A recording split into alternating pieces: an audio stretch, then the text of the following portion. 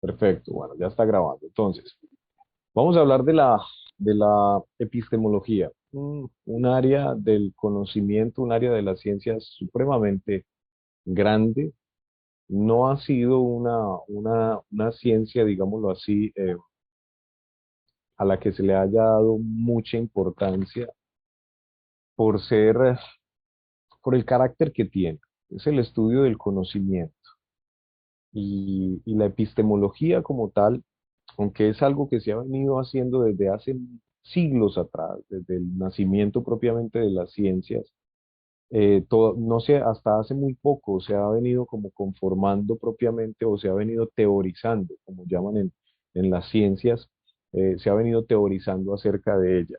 Para poner un ejemplo, eh, las personas siempre hablaban, las personas siempre, bueno, estamos hablando desde Sumeria, por allá, Mesopotamia y todo este tipo de civilizaciones que empezaron luego de que apareciera el lenguaje, de que nos comunicáramos oralmente, empezó a aparecer la escritura. Entonces, cuando aparece la escritura como otra forma de comunicación en esas civilizaciones antiguas, se empezó a teorizar, pero se empezó a teorizar mucho después. O sea, la ciencia como tal siempre ha estado presente en la historia de la humanidad, pero la teorización de la ciencia, al querer decir, por ejemplo, que el español es el idioma castellano y que tiene ciertas reglas gramaticales y que los verbos están en presente, pasado, futuro, aoristo, participio y todo ese poco de cosas, esa es la teorización.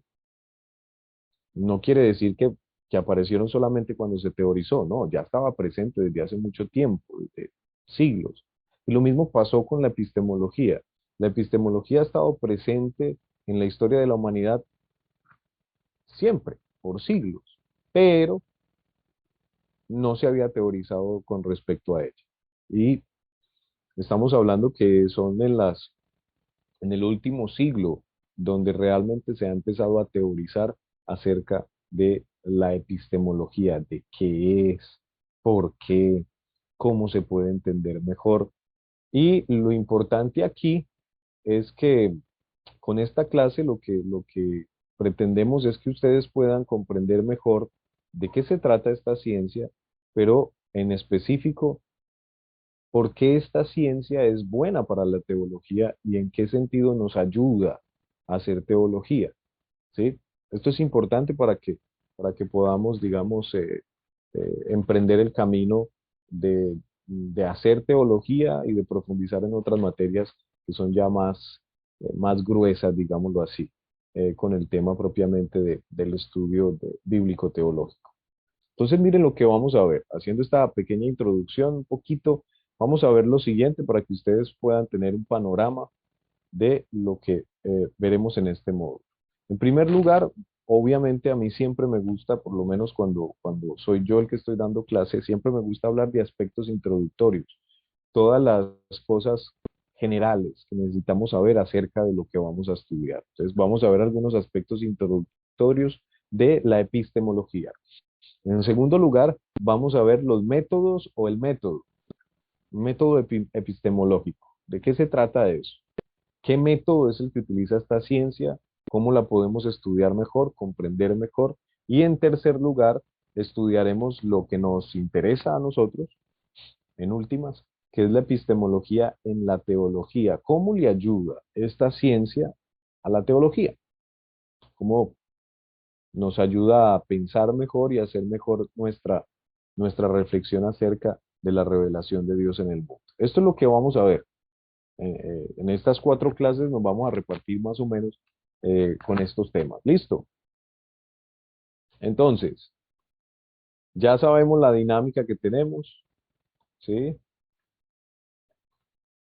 Ay, pregunto, mientras tanto, ¿alguno de ustedes ha estudiado epistemología en algún momento? ¿Ha oído hablar de qué es la epistemología?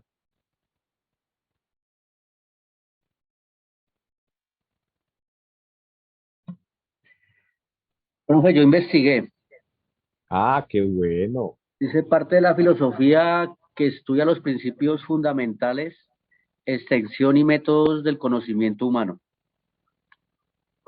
qué bien. Ahí, en esa definición que estudiaste, están hablando de la epistemología como parte de la filosofía, como una rama de la filosofía. Pero la epistemología es una ciencia, ella solita, digámoslo Ok, así, ok. para que lo tengamos en cuenta, porque sí hay muchas definiciones, muchas, que hablan precisamente de la epistemología como parte de de la filosofía, como una rama de la filosofía. Y no, o sea, en realidad no es una rama de la filosofía. ¿Alguien más? ¿Alguien más ha estudiado o investigó? Bueno, porque les va a tocar estudiar e investigar. No os preocupéis. Muy bien, empecemos. Ahora sí, pueden ver la pantalla, la diapositiva. Sí, señor. Sí, muy bien, perfecto. Entonces, vamos para allá. Se conoce como epistemología a la ciencia que se ocupa del conocimiento, a la ciencia que se ocupa del conocimiento. La definición que nos estaba dando ahorita nuestro hermano es una definición muy buena, pero que parte de la filosofía como la base de la epistemología. ¿O no? La epistemología en sí propiamente es una ciencia. ¿Que tiene mucho de filosofía? Sí, vamos a ver que tiene bastante de filosofía, eh, y que también tiene mucho de todo. ¿Por qué razón? Porque la epistemología estudia el conocimiento y toda ciencia parte precisamente del conocimiento, absolutamente toda la ciencia. Entonces, esta ciencia en particular es la que se ocupa de entender cómo es que nosotros conocemos, cómo es que nosotros adquirimos conocimiento, hasta qué punto podemos conocer cosas, y que no podemos conocer, digamos. Hay cosas que no podemos comprender, que no podemos entender, entonces también esta ciencia trata de ubicarse en ese plano, en el plano de hasta dónde el ser humano puede comprender, puede conocer. Como todas las demás ciencias, ¿sí? Esto ya está trillado, todas las demás ciencias, proviene de las raíces, de raíces griegas como tal, todas las ciencias tienen su nombre, parte de conceptos y de palabras griegas. En este caso, episteme es conocimiento o pensamiento también, ¿no? Está muy relacionado con una palabra griega que se llama pistis, que se conoce como fe, pero esta tiene una letrica antes, episteme, ¿no? Provienen de la misma raíz. Esa pistis, fe, y esa episteme, conocimiento, y la palabra logos, ¿no? Que significa, como todos saben, tratado o estudio. Entonces, literalmente hablando, la epistemología es el estudio del conocimiento. Ahora bien, como este estudio del conocimiento es tan vasto, y esta área es muy amplia, nos vamos a tener que, como en todos estos módulos introductorios, nos vamos a tener que limitar bastante a algunas cosas. ¿Qué preguntas trata de responder la epistemología, el estudio del conocimiento? Obviamente tiene que limitarse. Se va a preguntar qué es el conocimiento, hasta dónde podemos conocer, cómo es que conocemos, si hay algún proceso, si hay alguna cosa, cómo somos capaces también de validar lo que conocemos o lo que vamos aprendiendo, ¿no? El conocimiento tiene un proceso, ¿cuál es el proceso? Entonces, esta ciencia trata de responder a todas esas preguntas. Entonces, imagínese, eh, como dicen aquí, bueno, en mi tierra, aquí en la costa no lo he escuchado mucho. Allá en Medellín decimos, imagínense la vaca loca en la que nos metimos. Es una, es algo muy vasto, es mucho lo que se tiene que hablar acá, pero vamos a tener que limitar algunas de estas preguntas. Si ustedes quieren profundizar, claro que sí, que con mucho gusto yo les voy a facilitar. Entonces, nos tocó, nos figuró limitarnos un poquito, ¿sí? Y para empezar a comprender mejor, entonces vamos a tener que decir, varias cosas en estos aspectos introductorios. Lo primero que hay que decir es que todos nosotros poseemos conocimiento, todos los seres, y hablando específicamente del ser humano, todos tenemos conocimiento. Eh, Todos también suponemos, o en su medida aseguramos, conocer cosas. Uno dice, yo conozco a mi familia, cuando de pronto pasa alguna dificultad, hay algún problema. Yo conozco las pulgas de mi casa, ¿no? Yo conozco al líder de mi iglesia, yo sé cómo es él. Nosotros suponemos conocer cosas, nosotros suponemos saber cosas, y a veces estamos completamente seguros de que sabemos cómo se hace algo.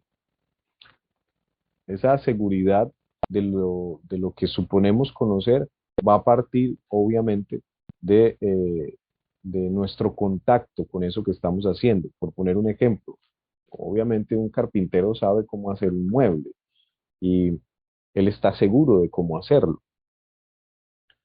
por la práctica, por el contacto con ese conocimiento.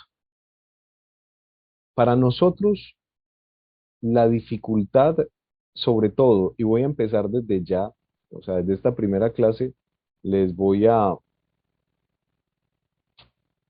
les voy a empujar un poco más sobre el tema teológico, o sea, les voy a ir empujando bastante a- hacia el camino de empezar a hacer teología y de empezar a pensar como teólogos. Entonces, partiendo de lo que acabamos de decir, si hablamos de Dios, nosotros suponemos conocer a Dios y suponemos conocer lo que Dios es y lo que Dios hace.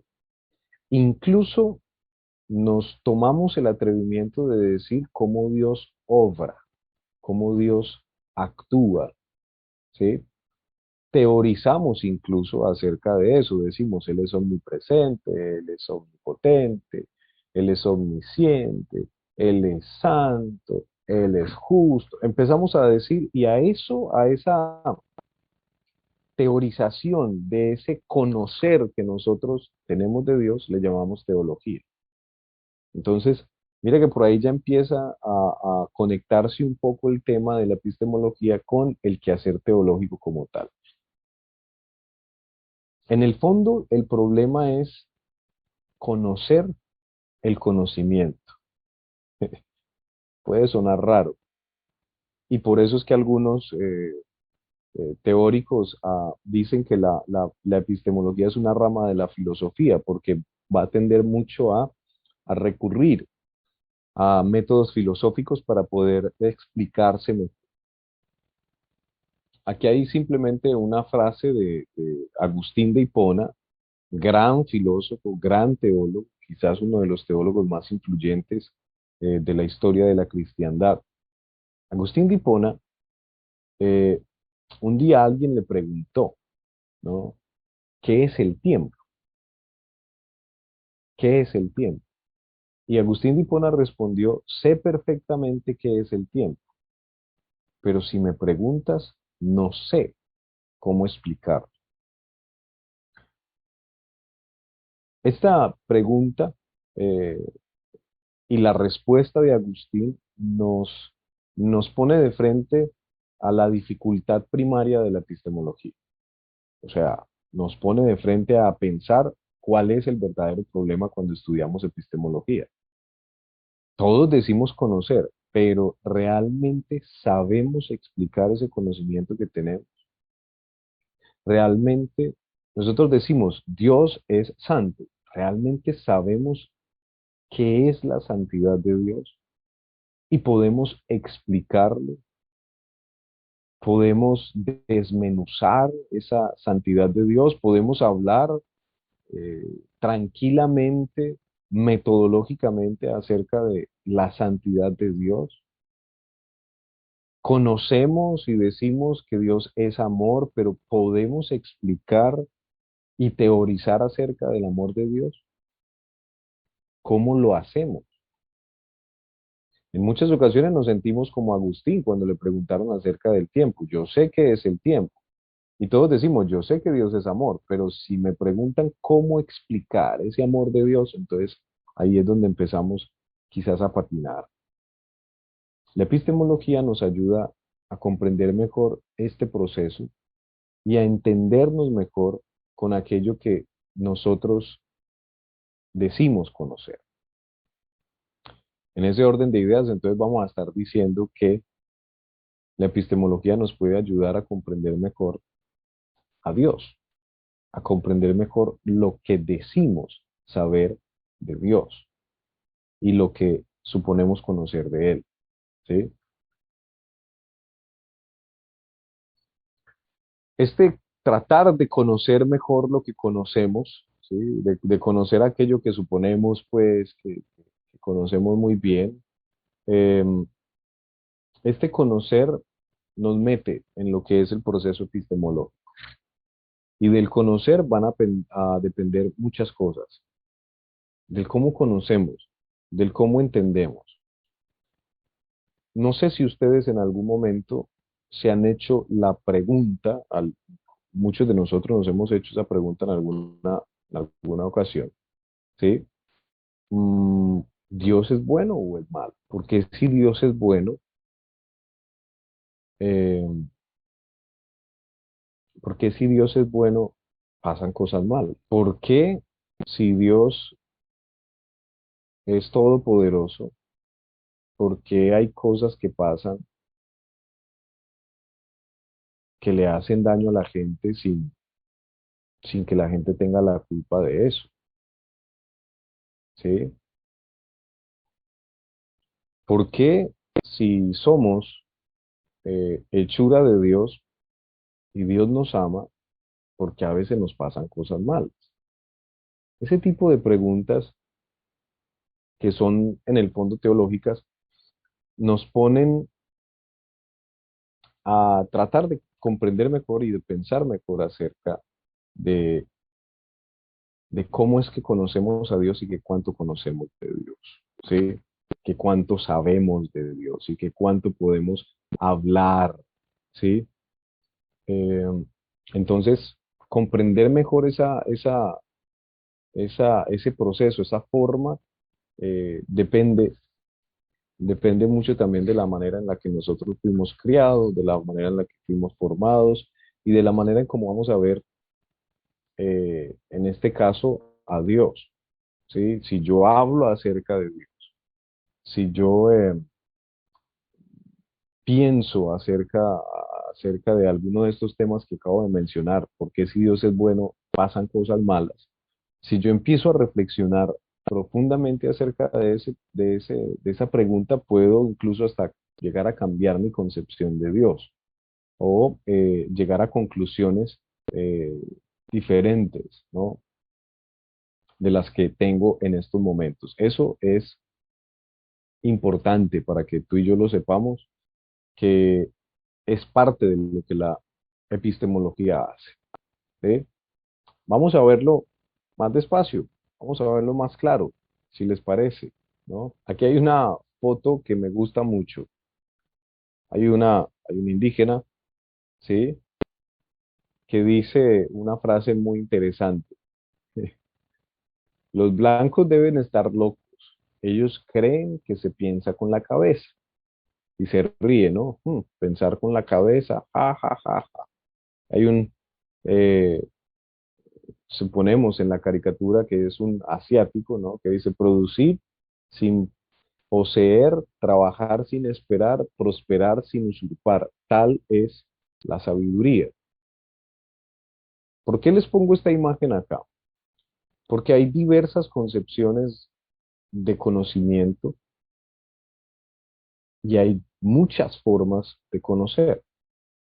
Por ejemplo, no sé si ustedes sabían que el pueblo judío y las escrituras del Antiguo Testamento refieren que los sentimientos están en las vísceras, específicamente en lo que son los riñones, los sentimientos de la persona. La concepción hebrea del ser humano en ese sentido y de manera específica la concepción del texto bíblico en ese sentido es que en los riñones y en las vísceras, ¿no? En lo que son el hígado, el intestino, que ahí radican los sentimientos de la persona. Eso, para un occidental, mm, no es así, es diferente. Nosotros decimos que nosotros sentimos ¿con qué? Con el corazón, pero ni lo uno ni lo otro. Para un científico, ambas concepciones, ambos conocimientos están errados, porque nosotros no pensamos, perdón, no sentimos ni con el corazón ni con las vísceras. O sea, todos científicamente sabemos que pensamos es con el cerebro y que quien controla los sentimientos y los pensamientos es nuestro cerebro. Entonces, eh, el poseer este tipo de conocimiento, estas concepciones, este creer conocer de la manera en que conocemos, nos va a enfrentar a otras formas también de conocimiento. Y aquí es donde la teología empieza a complicarse, o como diría una gran amiga mía, donde la puerca tuerce el rabo. Porque cuando nosotros hacemos teología, nos estamos enfrentando a una forma, a una de muchas formas de conocimiento, a una de muchas. Y no es la única.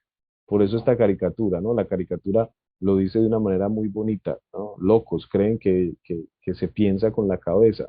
No, pensar con la cabeza para algunas personas es locura, para algunas concepciones del mundo. Gracias, sí. Eh, ay, ya me llegó mi gasolina. Pensar de esa manera para los indígenas, para estos indígenas sobre todo, los indígenas del norte de, de Estados Unidos, ellos se piensan con los pies, ¿sí? Para la sabiduría oriental, todo el mundo está en un equilibrio. Para los orientales, todo el mundo está en un equilibrio y hay una especie de yin, yang, ustedes lo conocen, ¿no? Ese equilibrio entre lo bueno y lo malo, entre el bien y el mal, entre el blanco y el negro, ese perfecto equilibrio es lo que hace que todo esté bien, y así sucesivamente, cantidad de concepciones y de formas en las cuales vemos nosotros el mundo. Y esto es lo que va a pasar cuando hacemos teología también. Yo puedo hacer teología y mi mirada acerca de Dios y de la revelación de Dios puede ser completamente diferente a la de otra persona y sobre todo a la de otra persona de otra cultura, a la de otra persona con otra formación y con otra concepción, con otra visión del mundo. Entonces, si la epistemología estudia el conocimiento y nos ayuda a comprender cómo es que conocemos, pues también nos mete en la tarea de comprender cómo conocen los demás, de saber que el conocimiento no es simplemente lo que yo pueda saber y de que esa ese saber mío no es el único que hay en el mundo. El ser humano está lleno de concepciones y lleno de conocimientos. Cada uno puede ser muy diferente del otro. ¿Conocen esta imagen? ¿Alguien me puede decir de qué libro es? Se El puede ver. Principito. Sí, Del Principito, mm, ¿cierto? a los ojos. Esta es una frase que aparece en el libro del Principito, Anthony Saint-Exupéry, uno de los libros que yo creo que a muchos de nosotros nos pusieron a leer, supongo. ¿Alguien ha leído El Principito por casualidad? Supongo que sí, ¿no? Si no, no se preocupen, porque esa va a ser tarea para este módulo. Se tienen que leer todo El Principito. Y no lo estoy diciendo jocosamente, no, lo van a tener que leer, ¿sí? En esta materia. Esta frase del Principito es la que más se conoce acerca de este libro, de esta obra literaria, ¿no? Solo con el corazón se puede ver bien, lo esencial es invisible a los ojos. Eso es una forma de conocer, eso es una forma de comprender, eso es una visión del mundo, pero no es la única. El corazón no ve. De pronto lo invisible es esencial a los ojos, quién sabe. Esto es una forma de comprender el mundo. Una forma, no es la única. La forma en la que nosotros entendemos cómo es que pensamos limita o potencia, ojo y escúcheme bien, limita o potencia nuestro conocimiento y por lo tanto toda nuestra vida. La forma en la que usted entiende lo que hay alrededor suyo limita o potencia lo que usted conoce. Si usted a todo lo que le pasa le pone un problema, pues va a vivir en problemado. Así de simple. Si usted entiende que todo el mundo lo está persiguiendo y usted comprende o trata de vivir su vida creyendo que todos los están detrás de usted y que lo quieren hacer caer, pues eso va a limitar tu vida en todos los aspectos. Si tú comprendes o entiendes que, que estás en un proceso, por ejemplo, en un proceso como este de formación teológica y a mitad de camino dices que no te gusta y que no quieres y que no le encuentras sentido, pues obviamente eso va a limitar, ¿sí? Tu conocimiento, no te va a permitir avanzar más. Pero si tú le pones entusiasmo, por ejemplo, a la cosa más mínima, probablemente la visión tuya del mundo y tu manera en cómo vives va a cambiar tanto. En otras palabras, mis queridos hermanos y hermanas, la forma en la cual nosotros comprendemos el mundo, en la cual vemos al mundo, o nos va a limitar o nos va a potenciar. Va a limitar nuestro conocimiento o va a potenciar lo que conocemos, ¿sí? Aquí hay dos frases que limitan o potencian el conocimiento. La primera de ellas es, el hombre es solo materia, ya. Pero la otra es, el hombre es la corona de la creación. Dependiendo de cuál crea usted, usted va a tener una visión del ser humano, ¿sí? Usted va a saber si con el hombre se puede hacer cualquier cosa o no. Miren, por poner un ejemplo, ¿cuál creen ustedes de estas dos frases que están aquí en la diapositiva, que es la concepción de la ciencia hoy en día? ¿La primera o la segunda? ¿Cuál? La primera. La ciencia concibe que el ser humano es solo materia, ¿sí? ¿Y qué es lo que pasa con eso? ¿Qué es lo que va a pasar con eso, con esa concepción del mundo o con esa concepción del ser humano? Es que entonces el ser humano puede hacer con él, con su cuerpo, con sus pensamientos y sus acciones lo que quiera. A fin de cuentas es materia. O sea, se va a morir y no va a pasar más nada. Y entonces lo que corresponde a la ética, a la moral, a los principios sociales, culturales y todo eso, pues trascienden a un segundo plano. Entonces nosotros vamos a poder ver tranquilamente en sociedades supuestamente muy avanzadas y muy científicas, con una visión del mundo de primera línea, ¿no? Los países más desarrollados, vamos a ver gente que se cree vaca o que se cree perro y que actúa como vaca o como perro. Y el gobierno y la cultura tienen que aceptarlos así porque es que él se ve así o ella se ve de esa manera, como una vaca o como un perro.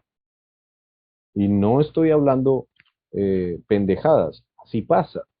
En lugares como Finlandia, como Irlanda, donde ahorita ese tipo de, no quiero ser grosero, pero esa forma de vivir la vida de algunas personas se está yendo tan al extremo que hay gente que está asumiendo identidades no solamente de género opuesto, como lo hacen los homosexuales, sino asumen identidades de perros y de cosas. Hay un caso muy extraño eh, donde una persona se cree un armario. Él cree que es un armario. Y no hay psicólogos que estén ahí tratando de hacerlo ver de una manera diferente, sino que bueno, ya, eso, métale otra letra a esa sigla de la LGTBIQ, Z, Y, W, todo lo que tú quieras, métale otra, ¿no? Porque cuando pensamos que el ser humano es simplemente otra cosa más de la creación, materia, una cosa que está aquí, que de un momento a otro se puede ir, entonces puede hacer con él lo que quiera. Y los principios que se han construido alrededor de las sociedades que tenemos, entonces pasan a un segundo plano, porque lo que va entonces a primar en primera instancia es obviamente lo que esa persona quiera y cómo se sienta bien.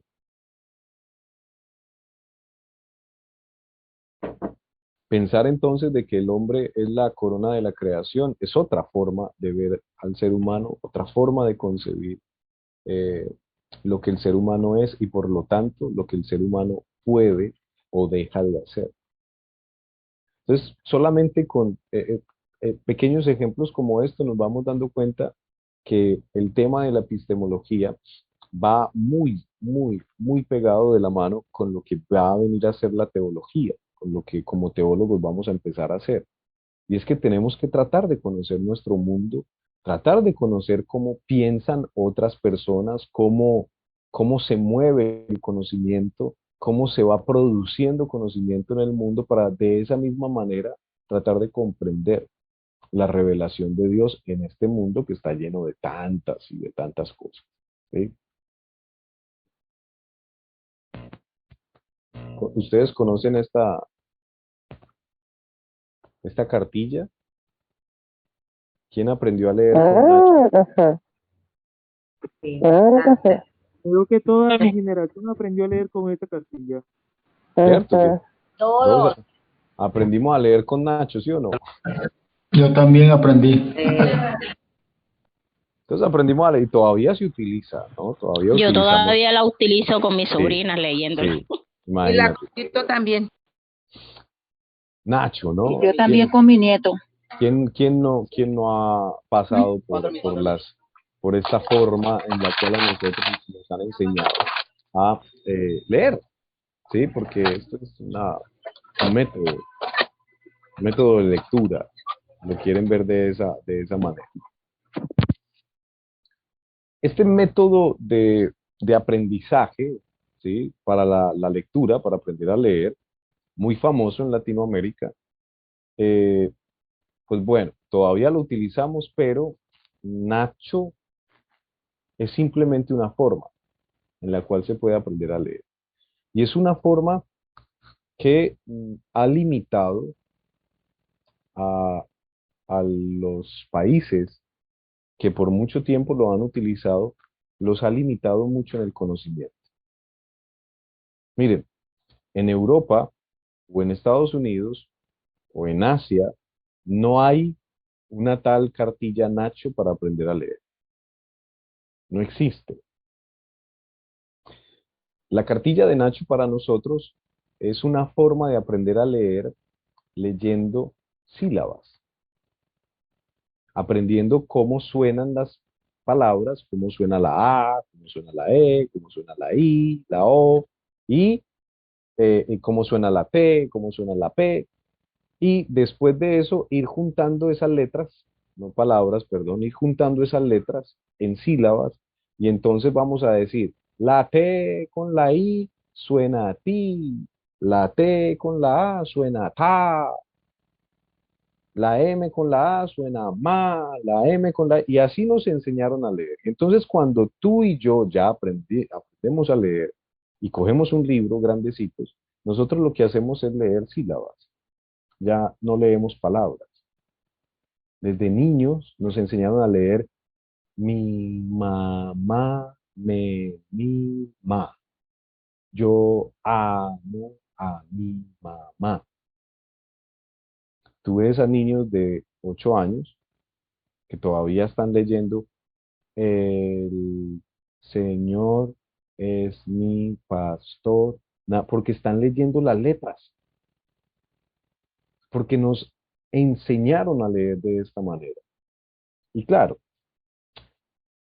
pregúntese en cuáles son los países que tienen el índice más bajo de lectura en el mundo. ¿Cuáles serán? La respuesta es obvia. Los países latinoamericanos.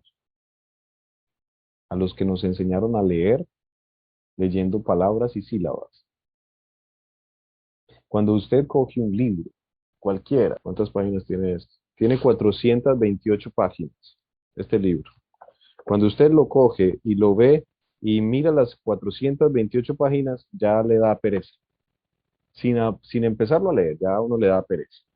Y lo empieza uno a leer y pasa una hora leyéndolo y apenas va por la página 30 y son 428. ¿Qué es lo que le pasa a usted como lector cuando después de una semana va apenas por la página 100, leyéndolo todos los días? Llega al punto en el que usted dice, no, no más, no leo más y lo deja a un lado y se acabó. Y le preguntan a usted, ¿cuántos libros se ha leído usted al año? Este año, ¿cuántos libros se han leído? Yo les pregunto a ustedes, ¿cuántos libros se han leído ahorita hasta agosto? De enero a agosto, ¿alguien aquí se ha leído más de 2 libros? De enero a agosto. Yo he leído 4, profe. ¿Alguien ha leído más de 4 libros de enero a agosto? Yo he leído 4 capítulos 4 capítulos. sí, de cada libro. Tengo por ahí 8 empezados. Imagínate. Y no, ¿por qué no los terminamos? Miren, pasa. cartas Paulinas. Sí, también cuentan, pero son libritos muy pequeñitos. Miren, el tema aquí es que no es nuestra culpa. Una persona, un joven norteamericano en promedio se lee 12 libros al año, uno por mes. En promedio, o sea, estamos hablando de un promedio, y de un promedio bajito. Hay países de Europa donde el promedio son 20 libros al año. 20. Una persona común y corriente se lee 20 libros al año. ¿Cuál es el promedio en Latinoamérica? ¿Sí? El promedio en Latinoamérica es 2 libros al año. 2. Y eso que el promedio lo sube en países como Argentina y como Chile, ¿sí? Que son los que más leen en Latinoamérica. Los otros países, en Colombia, nada más por hablar de Colombia, se habla de 1.2 libros, o sea, que si mucho al año nos leemos un libro y el otro lo dejamos empezado, ni siquiera alcanzamos a 2 libros. Los que leen, pues, la culpa no es nuestra. ¿Qué pasa? Que a nosotros nos enseñan a leer de una manera que se demora, que desgasta el cerebro, de una manera complicada, de una manera que no, ese método de lectura nos ayudó mucho en su momento y nos ayudó a leer, pero no nos permite avanzar más. En otras palabras, nos limita el conocimiento. ¿Por qué razón? Porque el conocimiento está en la lectura, en el aprender cosas. Hoy en día se está rebatiendo mucho el tema porque hoy en día tú quieres aprender algo y simplemente te metes a YouTube, ves un video y sale para pintura. Hay gente que aprende a cocinar por YouTube, que aprende a pintar por YouTube, que aprende a predicar por YouTube, y todo a punta de video. No es más, que a la gente le gusta el video, para verse el video. Pero cuando empezamos a poner tareas, a poner trabajos, lecturas, que hagan trabajos escritos y toda la cosa, a la gente no le gusta. Y ha habido muchos estudiantes que se han retirado por el hecho de que no tienen tiempo para responder con las tareas. Entonces, uno como docente entra en la coyuntura, bueno, ¿será que les pongo la tarea o no se las pongo? Y no es una cuestión eh, que sea ajena, esto es parte de la cultura nuestra.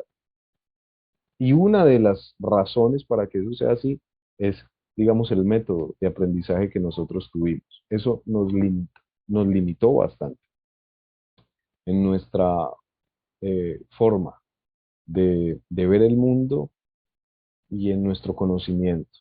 Nos limita bastante, ¿sí? El no leer mucho limita. El estar viendo solamente noticias y videos limita. El no ser capaces de tomar un libro y analizarlo, leerlo, profundizar en él, escudriñarlo, nos limita. Y todo pasa por, digamos, la manera en la cual nos han enseñado. Miren la diferencia, por qué nosotros leemos tan poquito y por qué en países como Estados Unidos, en Europa leen tanto? Porque ellos aprenden así, ellos aprenden de esta manera,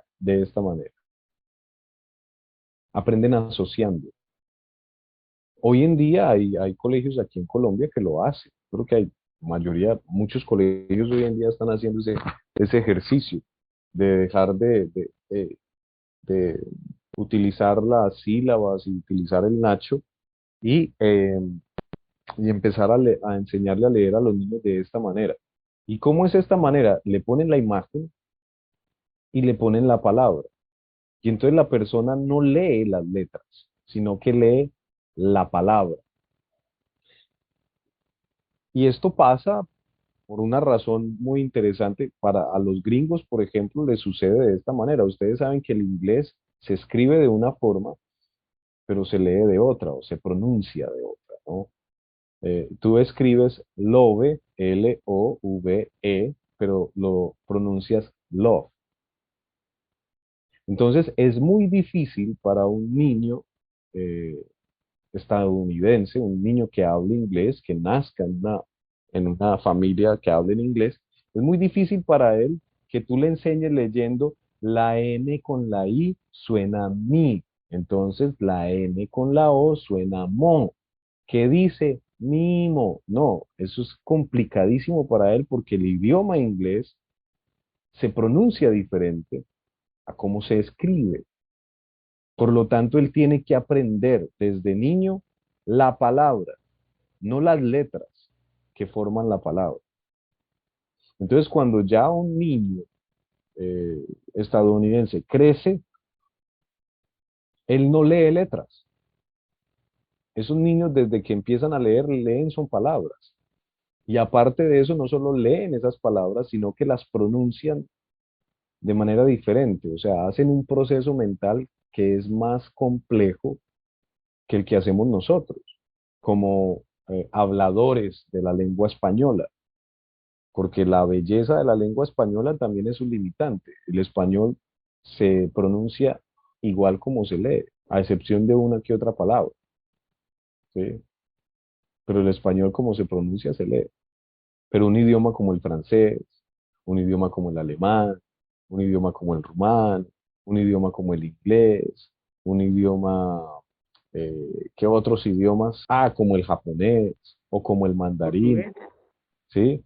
El portugués tiene mucho de castellano, pero el portugués también se escribe de una forma y hay palabras que se pronuncian de otra. ¿Qué les quiero decir con esto? Que en parte la culpa no es nuestra. O sea, la culpa en que el conocimiento nuestro se vea limitado ha sido también es por el método, la cultura, el entorno en el cual hemos nacido.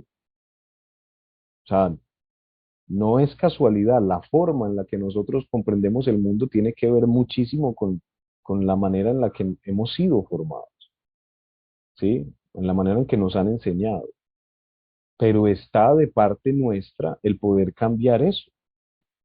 Ustedes están ya en un proceso de formación y no se pueden simplemente quedar con lo que con lo que por años han tenido en su cabeza. No, tienen que esforzarse un poco más para avanzar y para seguir creciendo más en conocimientos nuevos, no importa que sean nuevos. No importa incluso que no estemos de acuerdo con algunas cosas, no importa, no interesa, pero hay que avanzar, hay que abrir mucho más el panorama para poder comprender mejor y hacer mejor teología. La manera, el método con el cual aprendamos tiene muchísimo, muchísimo que ver, ¿sí? Eso nada más como una forma de comprender que el conocimiento se puede limitar o se puede potenciar dependiendo de la manera por la cual vamos llegando a él, ¿sí? Del camino, del método que utilicemos. Y a mí esa cosa me pateaba porque yo tenía que trasnochar para poder leerme algún capítulo o tratar de leerme la mayoría del libro. Pero mis compañeros de allá llegaban al otro día y ya se habían leído el libro. Y yo al principio no daba pie con bola, mi cabeza estaba reventada porque ni siquiera me alcanzaba a leer el libro. Y fue practique y practique y practique y esforzándose eh, bastante que pude romper un poco esa forma en la cual leía, la manera en la cual había aprendido a leer. Y yo me consideraba que leía muy bien y que era muy buen lector. Mentira. Cuando ya empecé a profundizar un poco más en estos temas, me di cuenta de que, claro, ellos tienen una ventaja desde peladitos. Es una ventaja de método y es una ventaja de lenguaje. También hay idiomas que son muy fáciles. El castellano, el español, por, bueno, por gracia de Dios, es muy bello. Es quizás la lengua más hermosa que puede haber es el español, pero a la misma vez es el más complicado. Para uno es mucho más fácil aprender inglés que un gringo aprenda a hablar bien español. Es bien complicado, ¿sí? Porque las reglas gramaticales del español son una cosa bárbara, mientras que la gramática del inglés y de algunos otros idiomas es mucho más sencilla. Entonces, claro que hay una ventaja, ¿no? Un pelado coge un libro de eso y se lo puede comer en 3, 4 horas, un libro que nosotros nos demoraríamos una semana por, esforzándonos bastante en terminarlo. El tema es cómo fuimos formados. Y con esto llego a este punto a preguntarles a ustedes. Les recuerdo lo que les dije al inicio de la clase. Aquí los voy a ir empujando bastante a que piensen. ¿Qué es lo que ustedes saben acerca de Dios hasta el momento? ¿Cómo han aprendido acerca de Dios? ¿En la iglesia? ¿En el curso de discipulado? ¿En el instituto? No sé, en los estudios bíblicos. ¿Qué han aprendido de Dios y cómo han aprendido acerca de Él? Y piensen un poco más. Piensen en el hecho de que la manera en la cual ustedes han aprendido puede haberlos limitado o puede haberlos potenciado para saber más o menos de Dios. ¿Alguien que me pueda leer esta frase? Bueno, este texto que tienen aquí, por favor. Ser feliz es reconocer que vale la pena vivir la vida, a pesar de todos los desafíos, incomprensiones y periodos de crisis. Ser feliz no es una fatalidad del destino, sino una conquista para quien sabe viajar para dentro de su propio ser.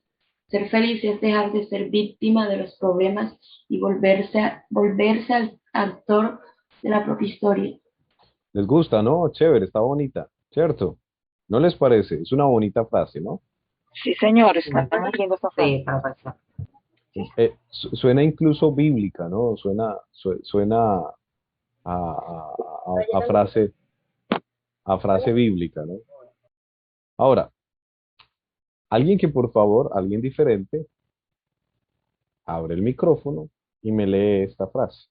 Ser feliz es reconocer que vale la pena vivir la vida. Ay, disculpe, Esta otra vez. perdón. Porque lo que sucede a los hijos de los hombres y lo que sucede a las bestias, un mismo suceso es: cómo mueren los unos, así mueren los otros, y una misma respiración tienen todos. Ni tiene más el hombre que la bestia, porque todo es vanidad. Bonita la frase, ¿no? Bonita. Sí, sí, pastor, está muy lindo ese ¿Cuál, mensaje. Está muy lindo ese mensaje. cuál les gusta más? ¿Cuál les gusta más? ¿Esta de la felicidad o esta Pues a mí de de la felicidad me gustó. A mí también me gustó más la primera. sean sinceros? O sea, vamos a ser sinceros. La segunda. Ah, no porque la segunda sea de la Biblia, ojo pues. La primera, profe. Claro, No, les gustó. profe, lo que pasa es que tienen como algunas palabras semejantes, los dos mensajes, Ujú. con diferentes palabras. Yes. Muy bien. La primera es más suavecita. La primera es más suave y nos gusta más, ¿sí o no? Es más Miren, pintoresco. lo que pasa aquí es que hay dos concepciones del mundo. Una donde la felicidad lo es todo, ¿no? Y entonces el mundo debe ser feliz y tú debes buscar la felicidad. Pero aquí hay otra que es de la Biblia que dice que ¿para qué usted se preocupa si usted es igual que una bestia? Y está en Eclesiastés. Es el libro de Eclesiastés, el capítulo 3, el versículo 19. ¿Para qué se afana? ¿Para qué quiere buscar algo? Así sea la felicidad. ¿Para qué la busca? Si así como mueren las bestias, usted también muere. Y una misma cosa es usted que una bestia. O sea, la Biblia le está diciendo, lo está comparando usted con un burro, por ejemplo, o con un marrano, qué sé yo. Nos está comparando, son muy igualitos. Y dice, ¿para qué se va a afanar usted? ¿Para qué? Si nos pasa lo mismo. Bueno, la de la felicidad es, ay, búsquenla. Amén, la felicidad, gloria a Dios por la felicidad, muy buena. Pero la otra no habla de felicidad por ningún lado, habla simplemente de lo escueto de la vida y se lo tira a uno de una manera, como decimos nosotros, sin anestesia. Práquete, o sea, o el garrotazo de una. Y está en la Biblia. ¿Qué es lo que hay aquí? ¿Por qué pasa esto? Porque son dos concepciones del mundo diferentes. Quien escribe Eclesiastés tiene un concepto y un conocimiento del mundo que no es igual al que escribe, por ejemplo, el Principito. Y las frases que nos dejan a nosotros son completamente diferentes. Nada más con esta frase de Eclesiastés, ¿ustedes qué podrían decir acerca del autor? ¿Que el autor estaba contento en busca de la felicidad o que más bien estaba como medio aburrido? Aburrido.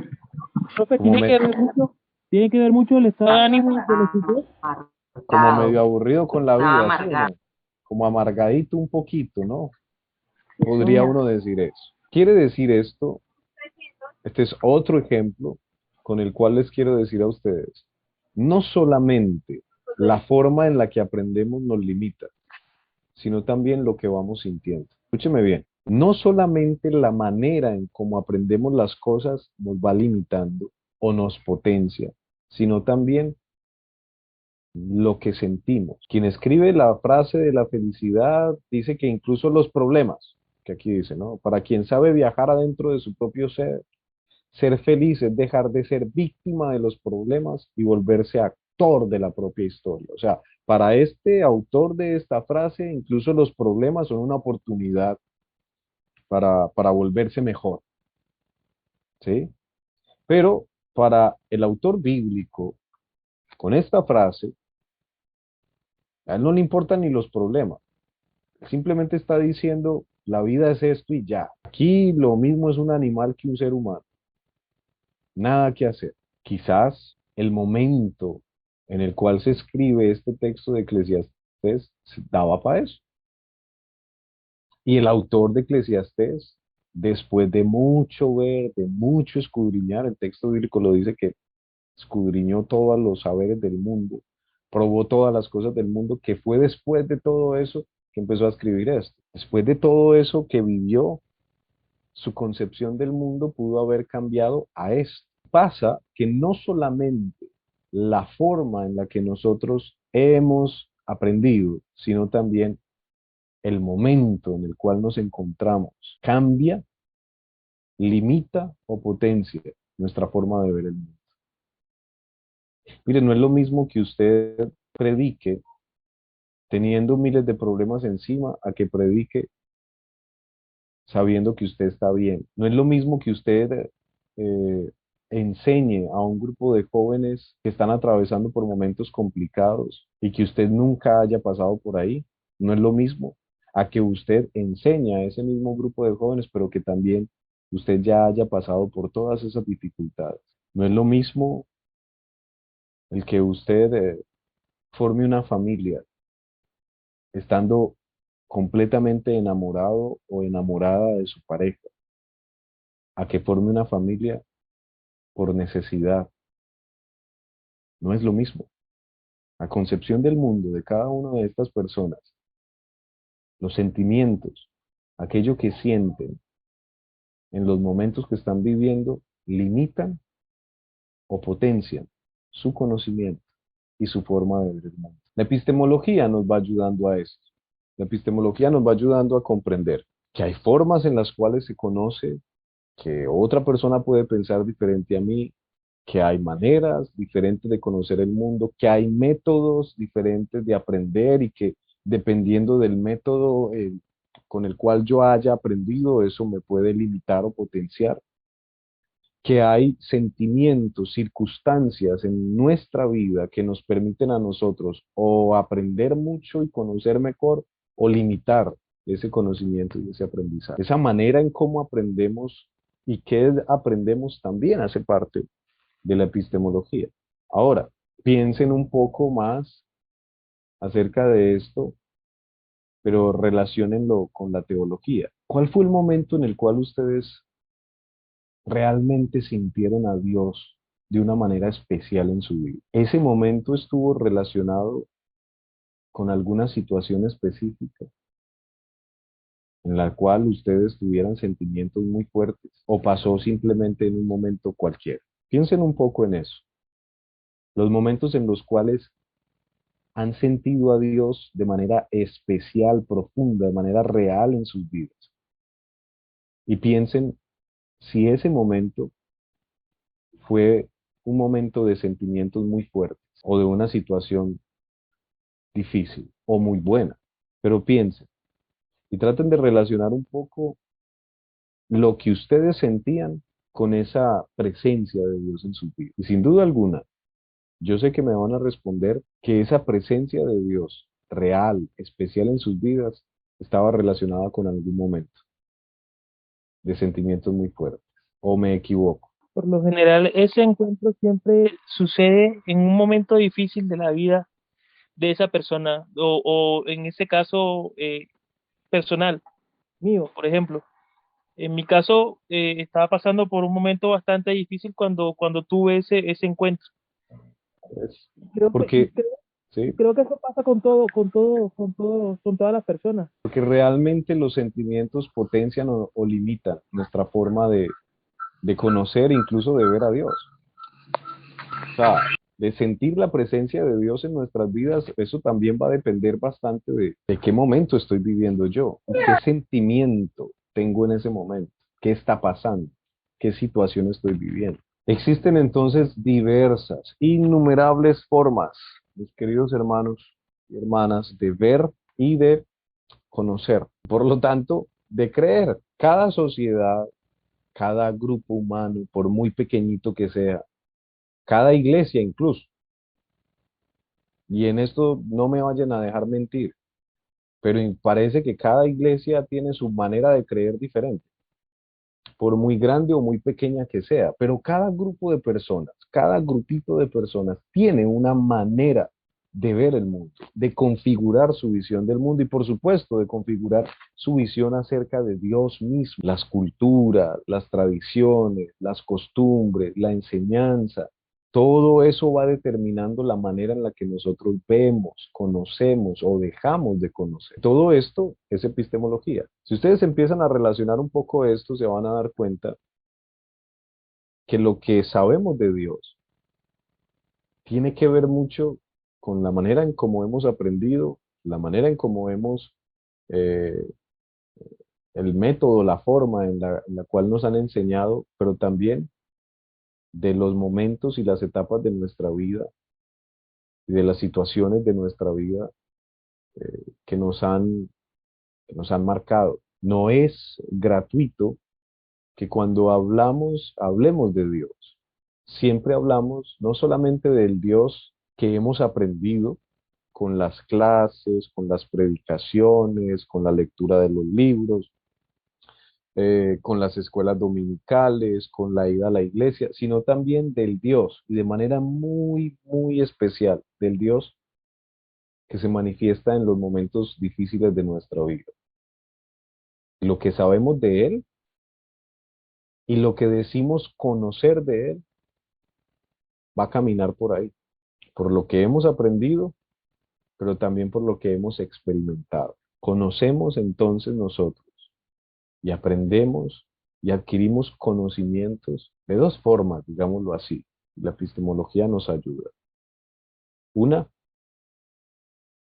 es simplemente adquiriendo información. Esto es adquirir información. Ustedes me están escuchando, yo les estoy transmitiendo una información y están aprendiendo. Pero la otra es experimentando ustedes mismos, viviendo ustedes mismos situaciones, cosas que les enseñan. Y así se va configurando nuestro conocimiento. Entonces piensen bien en lo siguiente. Piensen bien que probablemente lo que conocemos de Dios está limitado a lo que hemos leído, a la información que hemos recibido y a las experiencias que hemos tenido con Él. Y déjenme decirlo desde ya, para que empecemos a pensar como teólogos. Vuelvo y les repito, los estoy empujando a que empecemos a pensar como teólogos. Esas informaciones que hemos recibido de Dios y las experiencias que hemos vivido con Él no hacen en absoluto una descripción de lo que Dios realmente es. Por mucho que aprendamos de Él y por mucho que experimentemos la presencia de Dios en nuestras vidas, no nos alcanza para definir quién es Él. No nos alcanza. Pero se supone que como teólogos tenemos que tratar de conocer mucho más. Y no solamente de conocer mucho más, sino de